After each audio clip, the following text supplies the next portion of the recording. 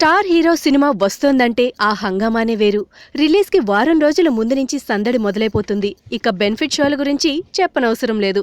అర్ధరాత్రి ఆట పడితే అక్కడంతా ఫ్యాన్స్ హంగామానే. టికెట్లు 2000 పెట్టి మరీ కొని సినిమా చూసేస్తారు. ఈ షోల వల్ల నిర్వాహకులకు ఊహించని రీతిలో లాభాలు అందుతున్నాయి. కానీ బెనిఫిట్ షోల వల్ల సినిమాకే ఇబ్బంది కలుగుతోందని, బెనిఫిట్ షోల వల్ల ఎలాంటి ప్రయోజనం లేదని చిత్రసీమ అభిప్రాయపడుతోంది. బెనిఫిట్ షోల వల్ల తెల్లారేసరికి టాక్ బయటకు వచ్చేస్తోంది. ఇంటికే రివ్యూలు పడిపోతున్నాయి. సినిమా హిట్టా ఫట్టా అనేది తెలిసిపోతోంది. దాంతో తొలి రోజు వసూళ్లపై విపరీతమైన ప్రభావం పడుతోంది.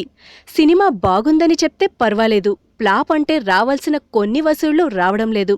ఈ మధ్య బెనిఫిట్ షోలు వేసే ప్రతి సినిమాకి నెగిటివ్ టాకే వస్తుంది. తాజాగా జనతా గ్యారేజ్ కూడా ఫ్లాపే అన్నారు. బెనిఫిట్ షో రిపోర్టర్కి వసూళ్లకు అస్సలు సంబంధమే లేదు. బెనిఫిట్ షో టాకే నిజమైతే సినిమా ఈ పాటికి మునిగిపోవాల్సిందే.